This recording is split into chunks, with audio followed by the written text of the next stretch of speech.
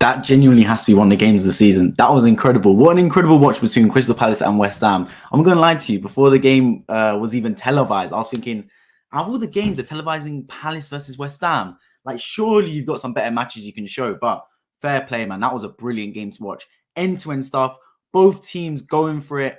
And in the end, Palace came away with the victory. And to be fair, I think it was deservedly so. I think on the balance of play, Crystal Palace were the team that was playing the better football and had the better chances. West Ham were living and dying off the set pieces, to be honest. Like, they should never, ever been in this game.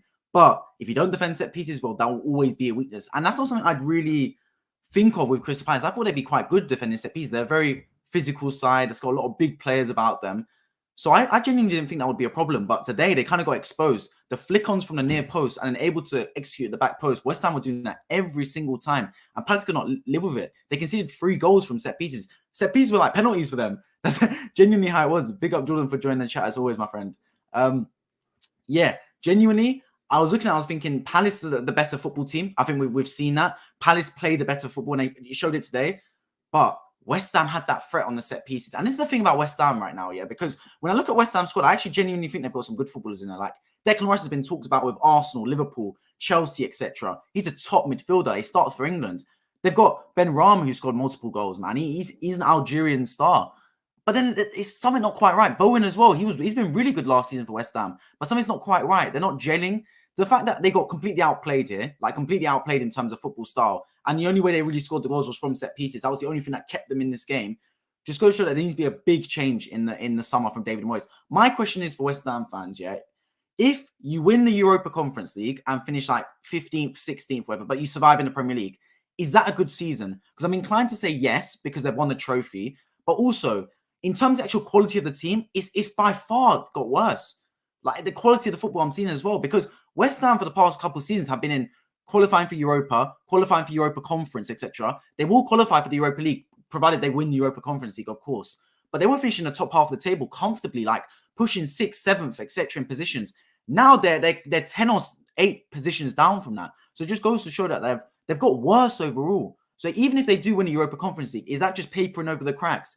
Is that them just, winning a trophy, a European trophy, but not necessarily getting better as a team?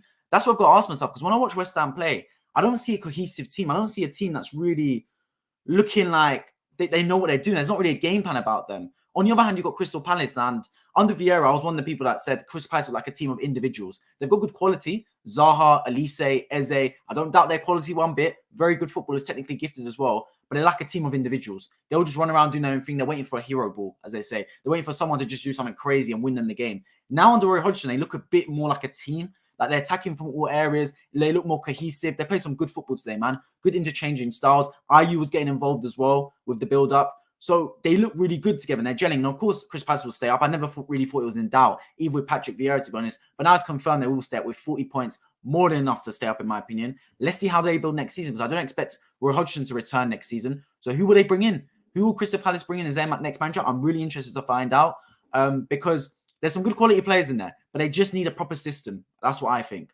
West Ham had a corner late in the match. I would have fallen down laughing if they had scored to draw. But that's the only way they'll get in their goals. Set pieces were literally penalties for West Ham. That's how it was, man. Corners were penalties. Because they had the same tactic. Now, I don't know whether they're set piece coach, because I'm pretty sure every team in the Premier League now has a designated set piece coach. I'm not sure whether he did his research and found out that flick-ons from near post or Crystal Palace's weakness or something.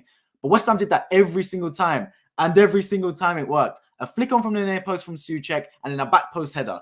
That's what they would do every single time. Flick on from Soucek and then overload the back post. And it was working. Palace could not defend it. I don't know what or why. Like, surely after the first one, you got to defend that flick on, but they just weren't. West Ham exposed Crystal Palace a little bit, and that's the only thing that kept them in this game. Let's be real about it, because I'm going to go through, of course, the whole game, all the goals, the controversial penalty, etc. I'm going to go through all of that. But let's be real, on the balance of play, there's no way West Ham should be in this football match. Let's be real about it. Crystal Palace dominated them from start to finish. They had the better football chances. They were pressing more. They were pushing more. They had more possession. They were the team that wanted to play football in a way, if you look at it from a purist standpoint. West Ham were only living and dying off their set pieces. That was it. What a game. Don't see many 4-3s. Indeed, don't see many 4-3s at all, man. What a game. And I questioned it before. I was like, Palace versus West Ham on TV? Like, surely, like, maybe put Man United on today or something. I know Man United play Aston Villa, because that's not televised tomorrow. That's on at the same time at Man City Leeds. Man City Fulham, sorry. So I was thinking, you know what? Why not put the Man United game on today? But you know what? What a game! What a game to televise, man. West Ham will stay up. Agree, they will. So is staying up in 15th, 16th, and winning Europa Conference League a better season than finishing 6th or 7th, for example?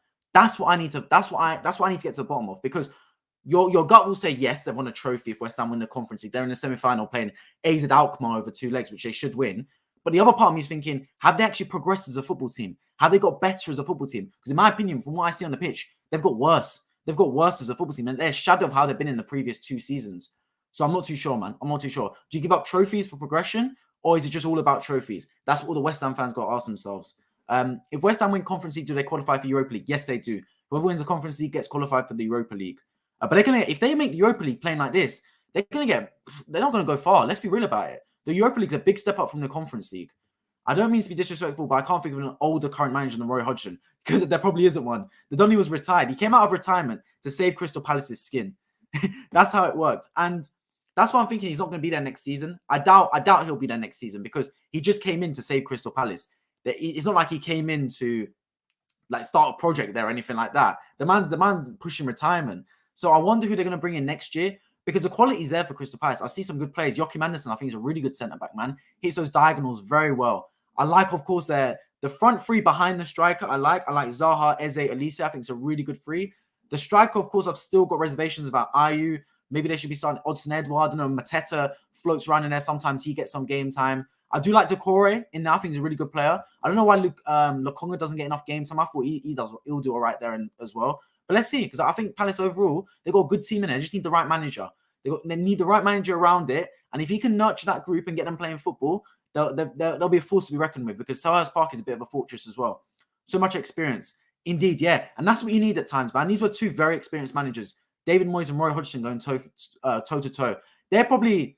Well, David Moyes probably only stayed in the West Ham job because of their Conference League success, and also because of how experienced he is. That's probably the only 2 reasons. Because other than that, West Ham's form probably means they should have sacked their manager. Let's be honest about it. Like, their form has been terrible. Absolutely terrible. Obviously, recently it's picked up, but genuinely, for where they've been finishing the past couple of seasons to be where they're at now, which is even the fact that they were questioned about relegation, is a farce. It's a farce, man, because they've got way too much quality and they've done too well over previous seasons to be in this position. So I think David Moyes had some credit in the bank, given how he's done in previous seasons, his age and experience, and also coupled with the fact that they've gone far in the Europa Conference League as what kept him in this job, to be honest. I thought that penalty that gave Palace its 4th was very soft. I agree. And I'm going to talk about the penalty now then, now that you brought it up, Jeff, because for me, I don't think it's a penalty. And to be fair, I think the referee didn't have a great game to us. I think there was a couple of times he was calling fouls that weren't fouls, and vice versa, calling it not calling fouls when I believe there were fouls. This I don't think was a penalty. Now, Aguerd, or whatever his name is, a West Ham centre-back, he's a bit rash. He is. You can tell he's a little bit like rash. He's ready to dive in with challenges. Eze done well. It was good link-up play. And then he kind of like, he's fooling. I think he expects to get clipped by Aguerd, and he pulls his leg away and then puts his hand across the body to kind of like pull the shirt. Now, for me, Eze's already going down. Then he feels the shirt tug and he just kind of sells it because he's going down anyway. And the ref, Craig Pawson, falls for it, man. He falls for it. For me, I don't think that's a penalty. I think it's very, very soft indeed. The fact VAR looked at it so long probably goes to show that they did think that it probably wasn't a penalty, but they didn't think there was enough evidence to overturn it. I think that's a joke. The fact that how it's not a clear and obvious error.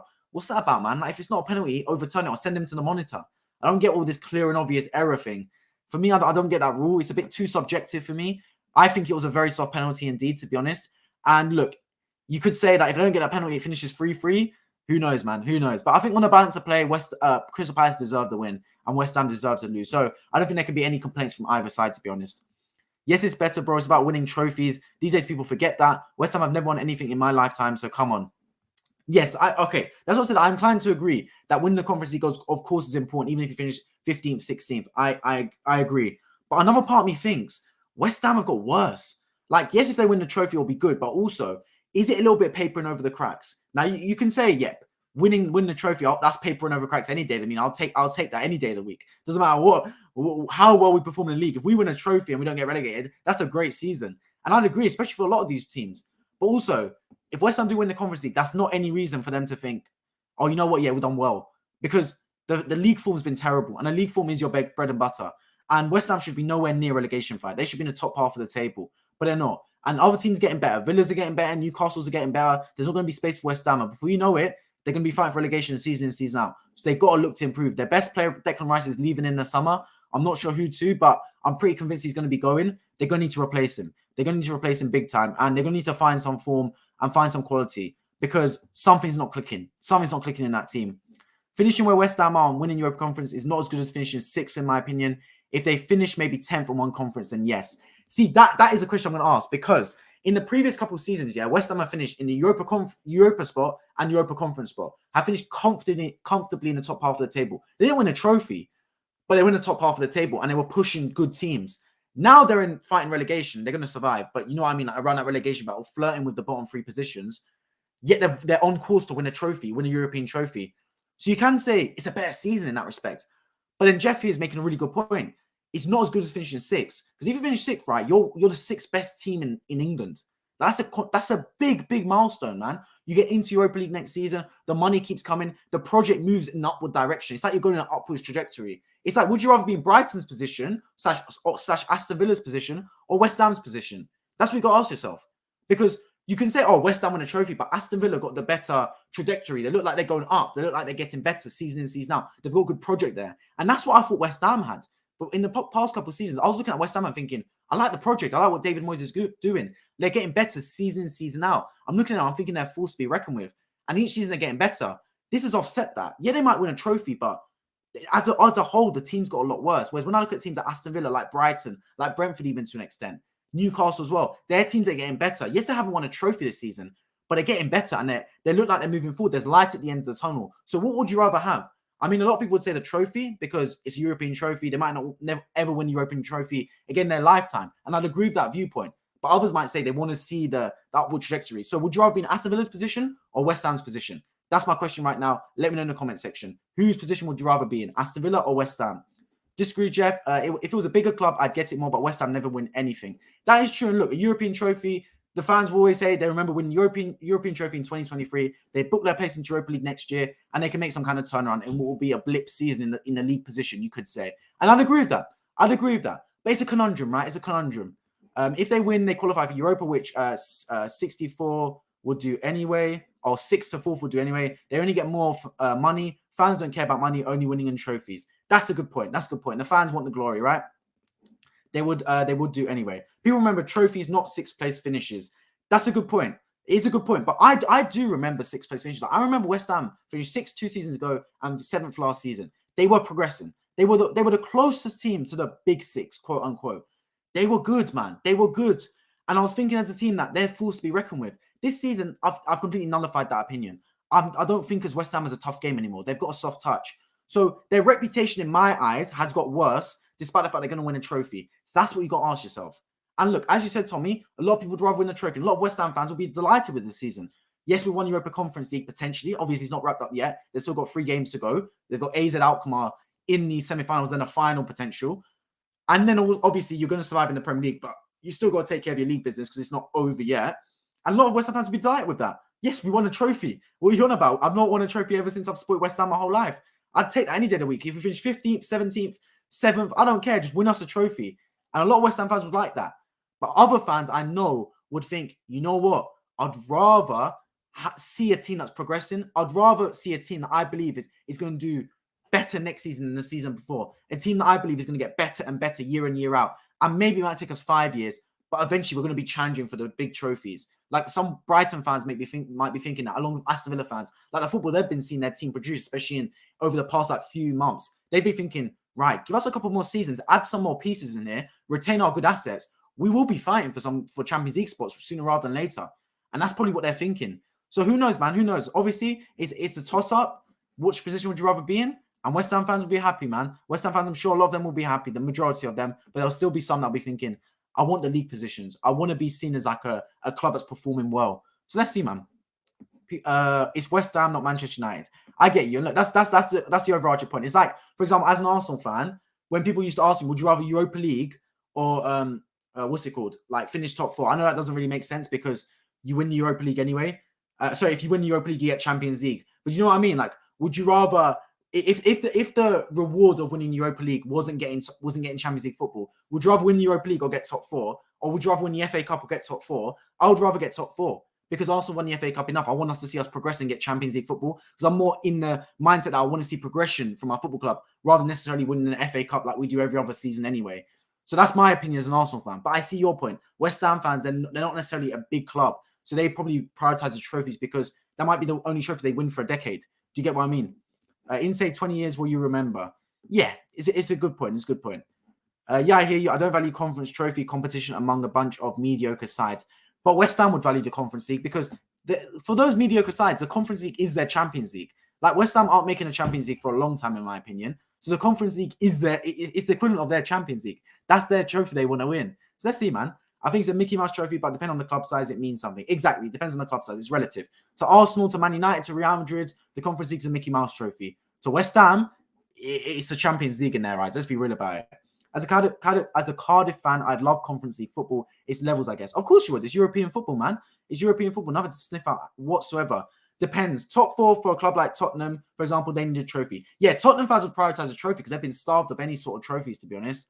But a lot of other clubs, it depends. It depends. It's a club-on-club basis, right? Club-by-club basis. Arsenal fans, I would rather top four than win the FA Cup, personally, just because I want to see us progress. And I want to see us get Champions League football and kick on from there and attain the top assets in world football and be able to attract those top players. Whereas other clubs like Tottenham, for example, haven't won a trophy in God knows how long, since I believe the 2008 Carabao Cup or something like that. They're going to want a trophy because they've been starved of any trophies for ages. So it depends. It's a club-by-club basis, right? Today was an entertaining match no matter who won. West Ham's still not absolutely safe, but they're okay. West Ham will survive, in my opinion. West Ham will survive, but it was a very entertaining match. Very good back and forth stuff. I think Crystal Palace made hard work of it. If I'm being completely honest, I think they were a much better team in this game. They made hard work of it in the fact that they should never, ever have made it a one-goal game. Like Crystal Palace on the balance of play were a much better team. They just conceded sloppily from set pieces. And look, on another day, it might cost you. It didn't cost Crystal Palace today.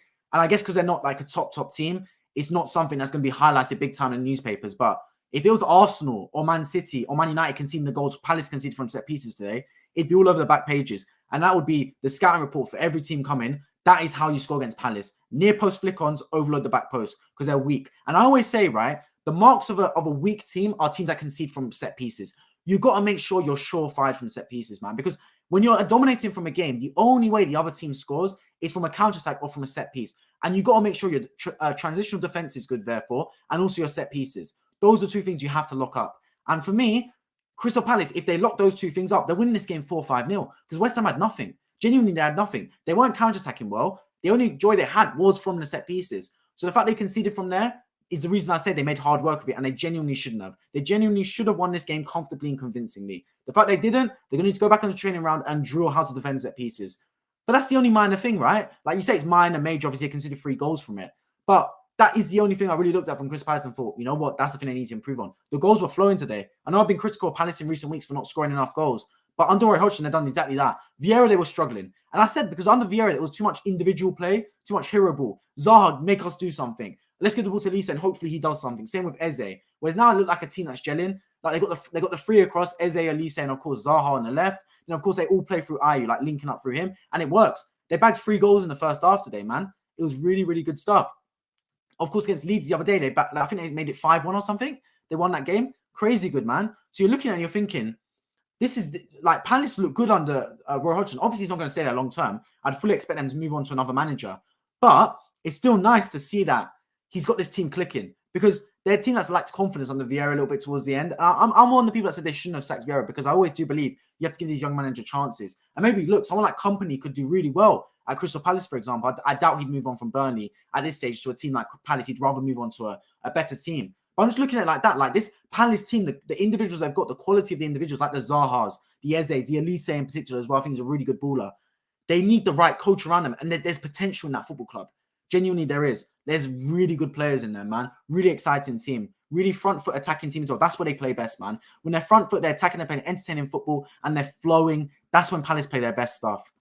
You've seen FA Cup wins also. Of course, I have as an Arsenal fan. I've seen plenty of FA Cup wins. 2008 League Cup, yes, the last time Tottenham won a trophy. Predictions for Brentford versus Forest and Leicester versus Everton. Good question. For me, Brentford beat Forest. I'm going to go for I think 3-0 Brentford. 3-0 Brentford. I don't think Forest score goals. I'm not a big fan of their Their strike force, really, I don't think Chris Wood gets it done. Ayew, or however you pronounce his name, he isn't good enough as well. They're too much. They're relying on Brennan Johnson and Morgan Gibbs-White too much. Nottingham Forest for me. Keylor Navas has been their best player in recent weeks, but if he lets one in, the floodgates will open, in my opinion. So I'm going to go 3-0 Brentford and Leicester Everton. Wow, what a massive game. Massive game. I'm going to go for Leicester to win. I'm going to go for Leicester to win at home. They need the win big time. So yeah, I'm going to go for a 1-0 Leicester win. 1-0 against Everton. If Everton lose that game, it's panic stations for them, genuinely. That is a relegation 6-pointer. What a game that is. I believe that's on Monday night as well. That's my predictions for those two matches. You go 2-0 Brentford and 1-1 for me. Okay, so yeah, similar predictions. To be fair, Leicester Everton, I wouldn't be surprised if it's 1-1 as well. But I'm going to go for a home win. I don't know why. I just got that funny feeling. That's a game that neither team can afford to lose. Both teams have to win and neither team can lose. The relegation battle has turned out to be the most exciting of all the battles this season. Like, we're all thinking, race for the title, race for top 4, race for Europe, relegation battle. We're seeing all of them and it's got to April. But genuinely, the title race is basically over. Obviously, I'll be streaming tomorrow after the Fulham versus Man City match, the title race. And of course, after Liverpool-Tottenham as well. Live reactions to both those matches as soon as they're finished. On this channel, so make sure you subscribe and turn on bell notifications because you do not want to miss it. But also, the relegation battle is the most exciting part. Let's be real about it. Like, Everton can go down, Leeds can go down, Leicester can go down. Southampton look dead and buried, to be honest, but they equally can go down. So let's see, man. I want to hear in the live chat everyone's predictions. Who's getting relegated? Right now, I'm thinking it's going to be Southampton. They're dead and buried, in my opinion. Southampton, Leeds, Nottingham Forest. Those are my 3 right now. Just because I don't, something about me can't envision Everton or Leicester getting relegated. They're too big of a scalp in my head to go down. Obviously, that's terrible thinking, and there's no way any of those players can think like that because you're never too big to get relegated. Everything's earned on merit and on your current performances and how you do that season. You're not too big to go down. But genuinely, I just can't fathom Leicester or Everton being in the Championship. They're just, my whole life I've known them to be, okay, not Leicester necessarily because obviously they've been in the Championship. But ever since Leicester won the Premier League, I've always just seen them as not necessarily a big club, but like a middle to big club. Do you know what I mean? Like a club that will always be fighting around for the Champions League / European positions. And that's what I've been doing under Brendan Rodgers, to be fair. But obviously, since then, they sacked him, etc. And who knows, man? Who knows? Who knows what's going to happen with Leicester? It's a fight. It's an absolute fight to stay afloat, man. Let's see what happens. I think it's going to be brilliant. Are you doing a stream for Leicester versus Everton? If it's Monday, no, because I've got an exam the day after, which is a bit of a shame. Because I would want to do a stream for that game, which is a bit unfortunate. But both games tomorrow, I will be streaming on this channel, so make sure you stay tuned for that. Southampton, Leeds, and Everton right now. Everton, man. Everton. They got to patch things up. They have to. I agree with Southampton, Leeds. I think they're goners. Southampton, Leeds, Everton. Same as well. Jeff and Tommy going exactly the same. Free running. Appreciate you to stream, my friend. Make sure you subscribe if you're new around here. Southampton, Forest, and Everton you go for. So you're going Forest. So basically, mine's a combination of you guys 3 minus Everton. So I've gone Southampton, Forest, and Leeds, whereas you lot all think Everton are going to go down. Something just tells me Everton won't go down. I don't know what it is, man. Just something tells me, like, my gut feeling tells me they won't. Even though I look at the performances, I look at the fact that they haven't got many home games left. There's a lot of away matches. I look at the fact they've still got to play teams like Man City, for example. And everything, the alarm bell should be ringing in my head that Everton are destined to go down. They're doomed in many ways. But something just tells me they're going to stay alive. I don't know what it is, man. I don't know what it is. Bro, most people alive on this planet can't remember Everton in the 2nd division. Yeah. But most people won't, man. Most people, because look, it's been so long. I remember Everton, my whole lifetime, Everton have been in the Premier League. And for a long time, a lot of people won't remember this either. That Everton were better than Liverpool for a long time in the Premier League. Like, under the David Moyes days, Everton were consistently finishing above Liverpool. The new football fans won't realize this. They'll just think, oh, forever, Liverpool have been better than Everton. But there were times when Everton were finishing in high positions in Liverpool. Recently as well, like only like 10 years ago or so, Everton were consistently finishing above Liverpool. So the drop-off from that club has been extortionate, man. It's extortionate. Like, it's one of the worst run clubs in England by a mile. I don't know what they're doing, man. Don't know what they're doing whatsoever. And the fact they're going to try and build a new stadium that might be hosting championship games, my days, man. They got to find a way to stay in the Premier League. But also, I do say at the same time, right? Let's be real about it. When you're flowing with relegations for 2-3 seasons in a row, you're going to get burned. Like, you play with matches, you're going to get burned. You can't keep flirting with relegation season in, season out, man. It's a dangerous, dangerous game. Because sooner rather than later, you're going to drop, man. It's a law of averages. And Everton have been doing that. For the last couple of seasons, they've been flirting with relegation and they've been getting away with it by the skin of their teeth. They had to try and improve, and they haven't been doing so. And look what happens. I would appreciate you on this stream as always, my friend. Hope you're going well. Hope revision's going well as well for you, man. Sean Dyche army ain't going down. Whoa, this is the thing, bro. Sean Dyche, he's known as a manager that's a pragmatic manager, right? Like, he's a manager that's gets the job done. Not beautiful football, but he gets the job done. And he's not doing that. Like, he's not doing that, man. Like, he plays the three workhorses in midfield, the Ghana Gays, the Dukores, the Onanas, and he's not working. Like Iwobi as well. He basically packs out that midfield to try and get results. But look, if you're not winning your home games, that's your bread and butter, you're going to go down. I always say this, man. Your home form is what saves your relegated team, yeah? The away games is a lottery. Anything can happen. But you got to make sure your home form's solid. You got to make sure you make that home stadium a fortress where you have to say, I do not want to go to Goodison Park. I don't want to go to the City Ground. I don't want to go to London Stadium. That's what teams should be thinking when you're in a relegation battle. Don't go to their gaff. Everton, I thought that. I genuinely thought Goodison Park is a tough place to go, and it is. But they've not been proving that recently. Getting beat 4-1 by Newcastle. Now, I know Newcastle are a very good team, and Isak balled out in the second half of that game. But losing 4-1 is a bad look because you look vulnerable when you lose that badly. If you lose 1-0, it's one of those things. But losing 4-1, like, you look like a soft touch. You can't be going to your home ground and losing 4-1 when it's one of your penultimate home games this season. So, yeah, genuinely, I think Everton really got to fix up that home form. They've got massive games coming up, man. Leicester on Monday, starting it off. Big game. They need to win that game. 1954, I believe. Yeah, last time in the second division. It's a long time. Long time. I'll search up. When's the last time Everton... it's the last time Everton weren't in the first division. I can remember the whole time. I can remember the whole time them being in the top division of football. Last time Everton relegated was in the 1950-1951 campaign and have been in top flight since 1954-55. Exactly. Over 70 years, basically. 70 years Everton have been in the top flight of football. To get relegated is a travesty. Absolute travesty. Everton are a massive club. People don't realize this, yeah? Everton have won like the 7th most trophies in English history or 6th most trophies. They're a humongous football club. They can't go down. Like, if there's ever a club that's too big to go down, Everton's one of those clubs. But it can happen. It can happen. And they're going to need to pull their finger out and get going with results because it's not good enough. It's not good enough. The fans deserve much better. Isak and Jesse Marsch is what cost them this season. They're going down IMO. I agree 100%, Ahmed, man. Hit the nail on the head. Jesse Marsch, could he have gone? Potentially. I think a lot of these teams were on the relegation battle, yeah? They got a little bit, like, scared. They got a bit tentative. They got what's the word, man? They got cold feet, and they decided they just need to make a change. Jesse Marsch, inexperienced manager, let's get him out. That's what they thought. Same with Frank Lampard, let's get him out, inexperienced manager, etc. And sometimes it works, but sometimes it backfires. I think it was really unfortunate to sack Jesse Marsch, especially because they sacked him straight after the January window finished. Like, Jesse Marsch literally brought in his players, the Weston McKinneys, that's his boy, USA's own. Like, that's Jesse Marsch's signing.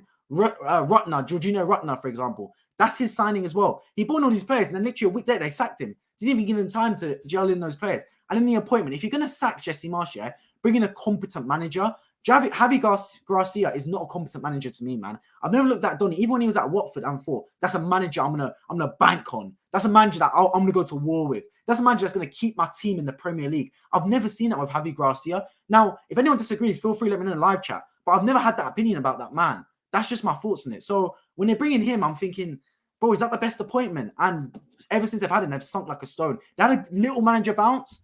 But ever since then, man, like, they're losing badly. And Leeds right now one of the worst form sides in the Premier League because they're shipping goals for fun. Like, they've conceded the most goals in the Premier League. And when your team that concedes goals, that's a weak team. Weak team, man. Like, you ship 5 to Palace. You ship 6 to Liverpool the week after, man. 11 goals in 2 games. That's not a good sign. Everyone's going to go to Ellen Road and think they can pick up a result. Everyone's going to play Leeds and go, you know what, yeah? If we attack them, they're going to crumble sooner rather than later. And as a team that's fighting relegation, you can't show vulnerabilities. Or if you are going to show vulnerabilities, show as little vulnerabilities as possible. Whereas I feel like Leeds are getting exposed the most. So for me, Leeds are doomed. Leeds are one of the teams that are going. Southampton for sure. They're the basement dwellers, man. They're gone for sure. And I think Leeds are going to join them. For me right now, it's Southampton, Leeds, Nottingham Forest. That's my 3 to get relegated. Let me know yours in the live chat.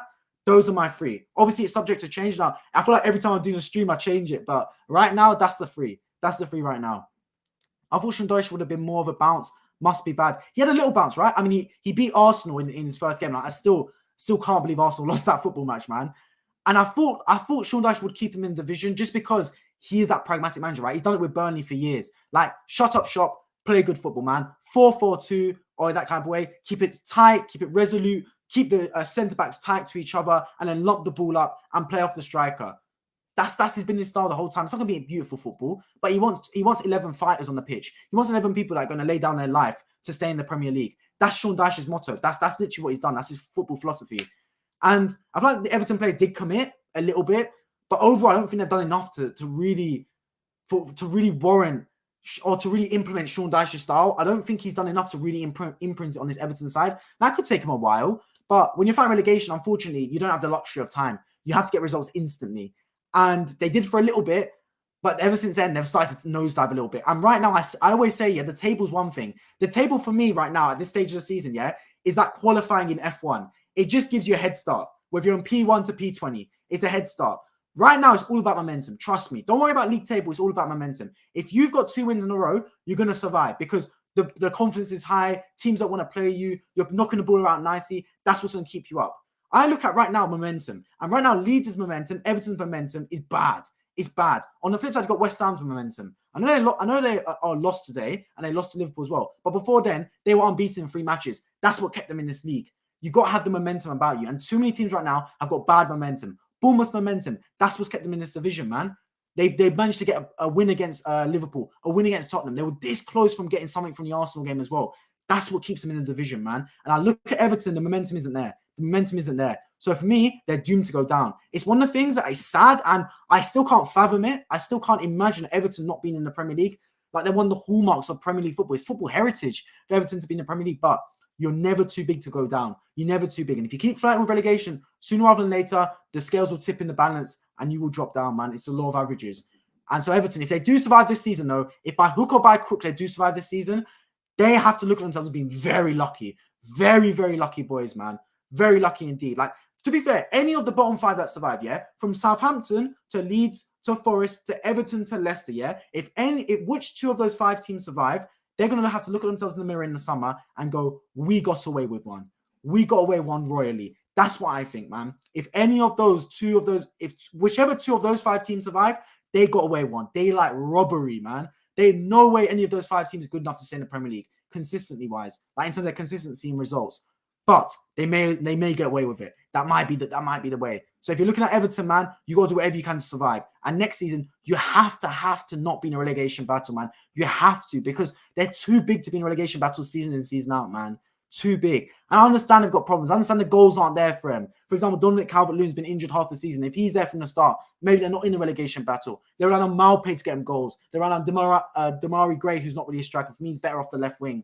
So I'm not sure, man. I'm not sure, but one reason or another, who knows, man. Brighton already 1-0 against Wolves. Well, there we go, man. Brighton a good football team. Brighton a really good football team, man. You could say that after the FA Cup, they might have had a little bit of a dip. I know they lost their last game to Forest, but Forest were fighting for something, man. And I always say, you never want to go to teams fighting for something away from home. Forest at the Sea Ground, tough game, man.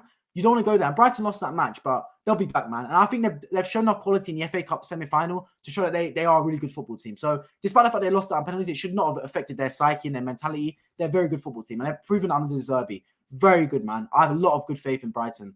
Wolves safe, nothing to play for now, indeed. And look, before the World Cup, they were 20th in the table. Lopetegui's come in and done a brilliant job, to be fair to the man. Brilliant job. Let's see how they do next season. You don't accept the 4-1 at home against Man City. Yeah. And even then, look, because I agree with you, because the fact that Man City, yeah, they can blow any team out of the water. Genuinely any team. They're that good. So I agree with you in that sense. You can't be losing games 4-1 at home, man. You can't. It's too weak. It's too vulnerable. Like, it just shows capitulation. So let's see, man. Yes, I guess so about Wolves. It's 2-0 now. Yeah. So Brighton's going to run away with that game. Fair play to them, man. Let's see what Wolves do next season. Let's see. Bro, it would impact the city of Liverpool. Not sure if you've been. Yeah, I go to Liverpool a lot of the time, to be fair. I was in Liverpool a few weeks ago. I go to Liverpool a lot. Not sure if you've been, but it's a football mad city. Teams there is good. Bro, the Scousers love their football, man. They absolutely love their football. And Everton versus the Merseyside derby is massive. I've been to both Anfield and I've been to both Goodison Park as well. Those of you that have not been yet, and those of you that don't know, they're separated by a park. I believe is it Stanley Park? Like, genuinely, from Anfield, I go into the park and I can see Goodison Park. They're literally across the park from each other. It's a 7-minute walk, if that. You walk across the park. It's crazy. And yeah, it's a football mad city, and obviously it's one that heritage. They're two traditional heritage teams of English football, man. It'd be mad to see them go down. Absolutely mad. And Everton fan base, they're massive, man. It would be like Inter Milan getting relegated from Serie A and leaving AC Milan behind. League and City wouldn't be the same. Exactly. And I think a lot of Liverpool fans secretly would want Everton to stay in the Premier League. Any Liverpool fans, yeah, that are in this live chat now, let me know. Would you want Everton to stay in the Premier League? Because I feel like secretly some of them would, because they probably like having the Merseyside derby. Like, it's a big game for them, man. They look forward to it. And also Liverpool have done well in recent years in the Merseyside derby.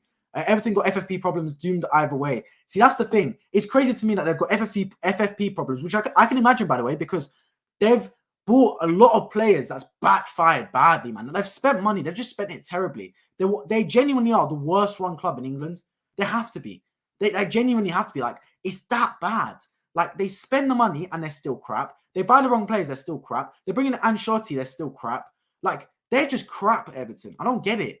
Like, they should never, ever be in this position. I feel for their fans, man. Genuinely, I feel for their fans because there's no way they should be in this position whatsoever, man.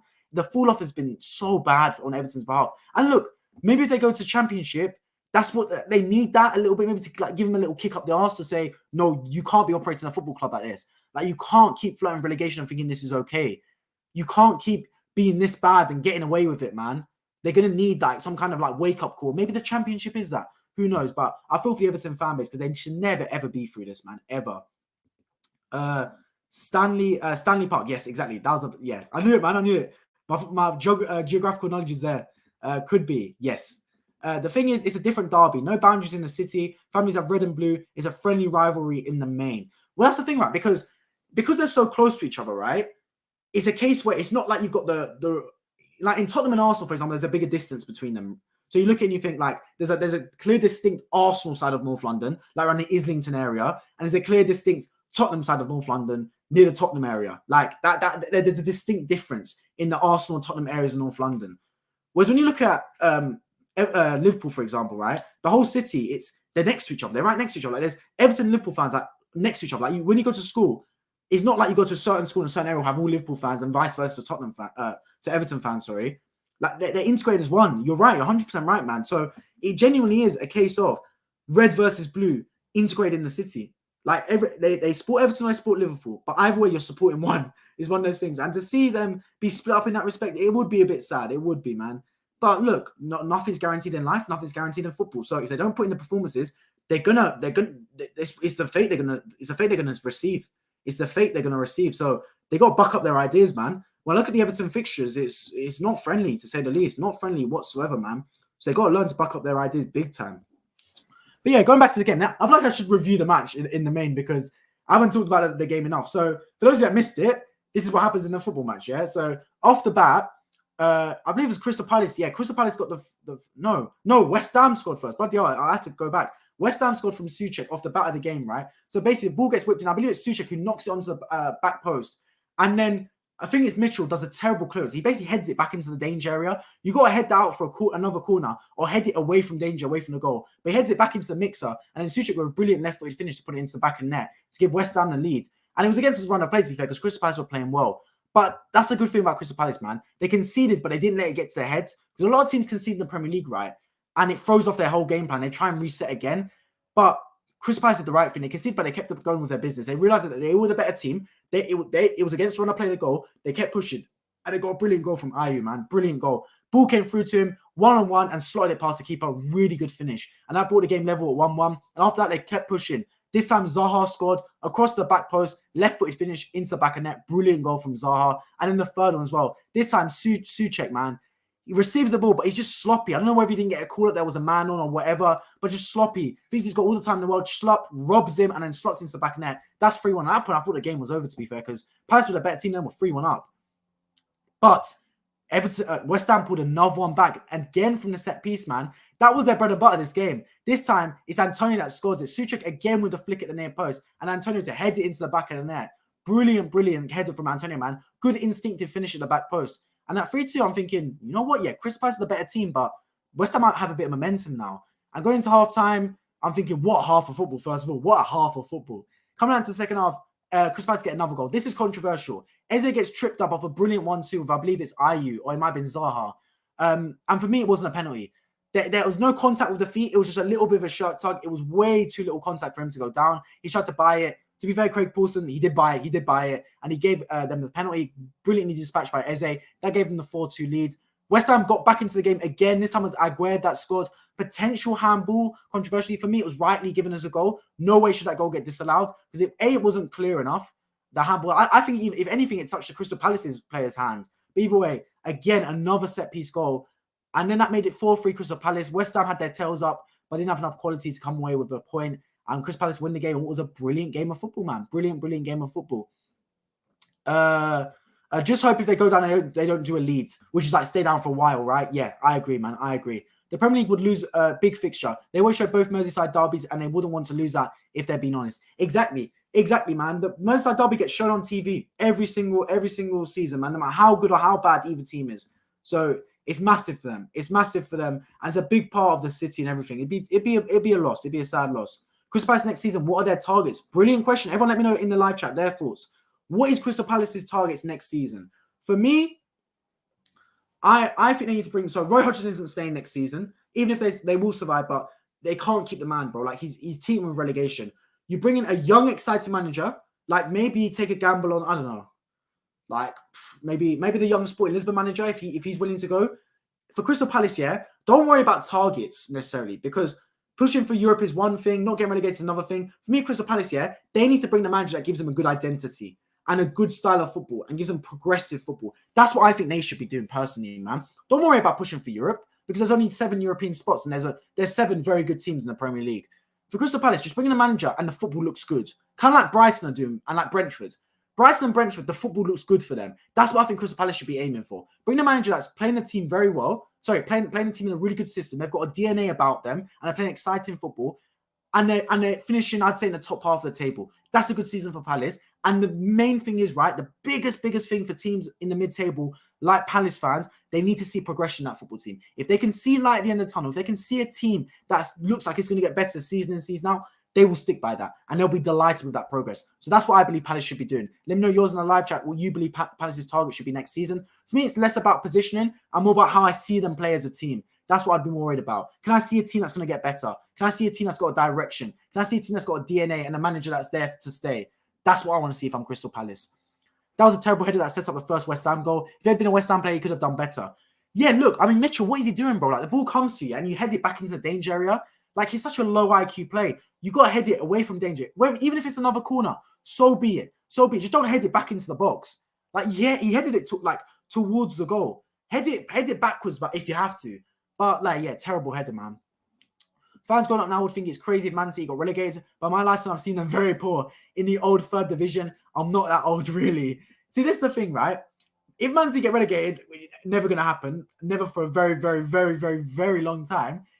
It would be equivalent to, like, Everton for the old fans. Do you know what I mean? For, like, the really old fans, like, they would have grown up with Everton pushing for stuff, like pushing for titles, etc. So they would not expect this Everton team to be anywhere near relegation battle. But look, football swings and roundabouts, man. Like, just because you're the good today doesn't mean you're gonna be good tomorrow. Do you know what I mean? Like, you can't take your position for granted. That's why I rate, like, Arsenal, Manchester United, Liverpool, teams like that have consistently throughout history been good. Like, for multiple years, like I'm talking over a century, have been a hallmark of English football, like a traditional club. That's why I rate those clubs so big, so massively, man. Because there's a lot of traditional clubs like the Villas, like the Forests, like the Evertons, that are massive clubs in their day that fell off for a period. They're back to some of their greatness now. Like Villa looking good right now. Forest, of course, are back in the big time as well. But these were massive clubs back in the day. And to see them drop off and then come back again, like you're thinking, like, oh my days, like they've come back to the big time, but they were massive back in the day. So you just got to say that Everton going down, it would be like that. It would be a big loss. It'd be a big loss, man. Push for Europe, Ahmed saying, but that's a bit. It's a little bit. What's the word? Optimistic, I'd say. A little bit optimistic for them to push for Europe. But who knows, man? Who knows? Top 10, yes. See, that's probably the most realistic free running. That's the most realistic, I'd say. Push for a top 10, but overall get the football right. That's what I would say. Get the football right, play good football, consolidate a top 10 finish. Yeah. And Palace have been like the definition of mid-table team for the past few seasons now. They never look like they're going to get relegated, and they never look like they're going to push for Europe. They've just been a mid-table mediocrity, and it could be all right, but it's one thing just being mid-table every season. You want to be mid-table with progression. And I never saw Palace really progressing. I saw teams like West Ham back in the day progressing. I see Brighton as a team that's going to progress from mid-table to look better. Villa as well look like they're going to progress and take the next step. Can you take that next step from being a mid-table team to pushing for Europe? And then, of course, making Europe. That's what it is for me, right? So the first port of call is, can you survive in the Premier League? That's like the minimum viable product. When you get into the Premier League, yeah, survive. Can you survive? Then it's, can you be a team that's staying in the Premier League, basically? Like, you're not worrying about relegation. Then it's mid-table. Can you get mid-table year in, year out? Then it is, can you push for Europe? Can you push for those European spots? Even if it's Conference League, can you push for it? Then it is getting Europe comfortably, like getting Europe season to season now with its Europa League, Conference League. Then it's pushing for top 4. Then it's getting top 4 comfortably. Then it's pushing for the title and then winning the title. Those are the different steps in the Premier League ladder. And right now, I just see Palace is just mid-table mediocrity. Mid-table mediocrity. And they haven't shifted from that position for a while. And that's the worry for me. Can they take that next step in the forward direction? Can they stop just going sideways and take an upward step? That's what I've got to find out, man. That's what I'll find out. Problem is they're losing Zaha. Maybe, to be fair, I heard he might re-sign with Palace. I'm heard. I've heard obviously his contract's about to run out. And if they do lose Zaha, it would be a big miss because he's been one of their best players season in, season out for a long time. Under Roy Hodgson especially, and even under Vieira, he was putting in performances. And if they lose him, they lose him. It's one of those things. I expect Elise might get a move on sooner rather than later. Eze potentially, but I think Elise's got more value than Eze. I think Elise is a better player in my opinion, younger as well. So let's see, man. Let's see. But you're right. Any team that wants to take a kick on needs to retain their assets. I mean, I talk about Brighton potentially making that kick on to finishing the Champions League spots. They're going to need to keep hold their best players, the Caicedos, the McAllisters, the Evan Fergusons, the Mitomas, etc. But it's easier said than done because when big teams come sniffing around, it's one thing saying we don't want to sell. It's another thing those players going, I don't want to leave. Like when Caicedo sees Arsenal, Liverpool sniffing around, do you think he wants to stay at Brighton? When McAllister hears Liverpool sniffing around, do you think he wants to stay at Brighton? I mean, McAllister's dad has come out and said that he expects McAllister to move on sooner rather than later. So Brighton, it's sad because they've done so well, but it's hard to keep your best players when you've got the other teams snooping around and sniffing around for them. So they've got to do their absolute best to try and retain their assets. It's easier said than done, though. Palace's target have to be top half. They will not do better than that. That's the thing. You're thinking they won't do better than that because their football doesn't suggest they can. But like we're seeing, a lot of people have said Brighton will never finish in the top half of the table. Like when the days when they had Glenn Murray and stuff, when they first got promoted to the Premier League, Brighton were just a team, right? Like they put in a good performance every now and then, but I never thought anything like, oh, Brighton doing well. Brighton will kick on. Now everyone just assumes Brighton are going to eventually push for the Champions League spots. So it can happen. You need the right manager in, you need the right system in, a bit of scouting, integrate the academy well, and you can make it. Like money's a big boost in football, and we've seen that with Newcastle United, right? But money isn't everything. Like if you get the scouting network right, if you get the academy right, if you get the right manager in, if you get a good style of football, if you get the right personalities in the door, etc., you can do very well in football, very, very well. But of course, the chance of all those going right, it's a lottery, man, and it's very hard. Money's like the shortcut method. Money is like the DLC. It's like the shark cards in GTA. For those of you that used to play Grand Theft Auto, man, it's like money shark cards. But you can make it without the money. You can.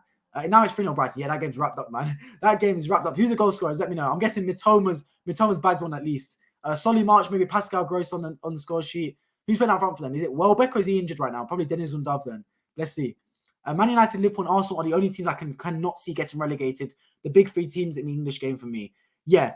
But never say never at the same time, though. Never say never, genuinely. Because let's not forget, Chelsea will not get relegated. But Chelsea have done terribly this season. Very, very bad. And in another season, they could get relegated. Like, just because all the other teams are that bad, they're not going to get relegated. But if Chelsea had Frank Lampard or Graham Potter from the start of the season and not Thomas Tuchel, they would be in a relegation fight. Like, genuinely, they would be on the cusp of relegation right now. So it just goes to show, never say never. Never, ever say never. But they are the biggest clubs. I agree. Okay, after everyone, appreciate you joining the stream as always, Mohammed. Appreciate you joining in. Hope you're doing well, my friend. Trouble is mid-table gets boring all the time. That's exactly, and that's the problem, yeah. When you're just mid-table every season, it gets a bit boring for the fan base. So you need to see progression. That's what keeps the fans alive. They'd rather see a team mid-table that looks like they're going to get better than a team that's just mid-table every season playing the same way and doesn't look like they're getting better or worse. And I feel like Crystal Palace has been a case of not getting better or worse. They've just been Palace. They've just been mid-table. They've just been there. Whereas I see other teams like Brentford that get better season in, season out. Brighton get better season in, season out. On the flip side, you've got teams that get worse season in, season out. Like Everton, for example, just seems to get worse season in, season out. But it's a flip side, man. You want to see the team get better. And I think that's what Crystal Palace fans are crying out for. They're behind their team. They back their team every single day of the week, man. They want to see a progressive football team.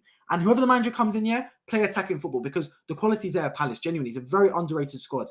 I feel like got some good players in there. Even Joachim Anderson and Mark Gahey, very good partnership at the back. Joachim Anderson, good with the ball at his feet, playing those long diagonals. Gahey, a really good centre-back. So yeah, I've got a lot of faith in Crystal Palace, man.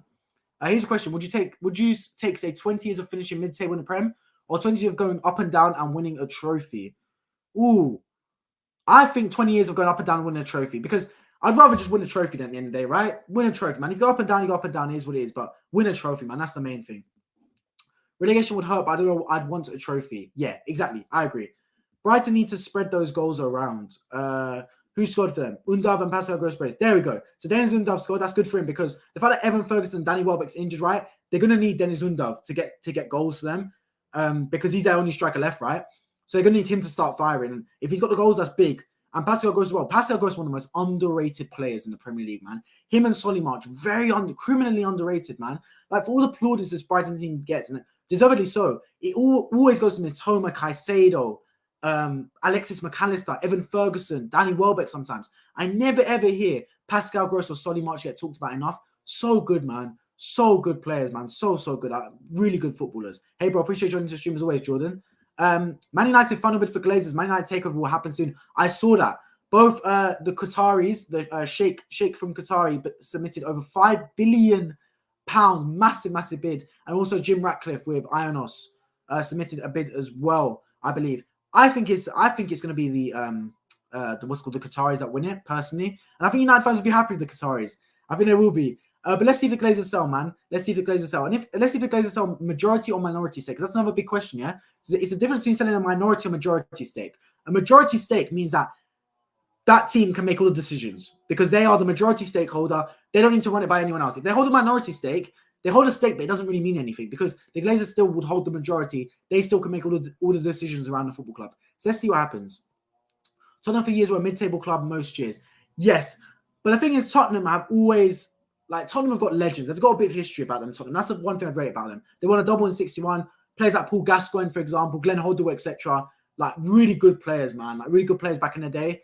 And so that's given Tottenham some history. They've got not the biggest stadium, sorry. They've got the best stadium in Europe right now for me. So that Tottenham Hotspur Stadium is immaculate. It's such a good stadium.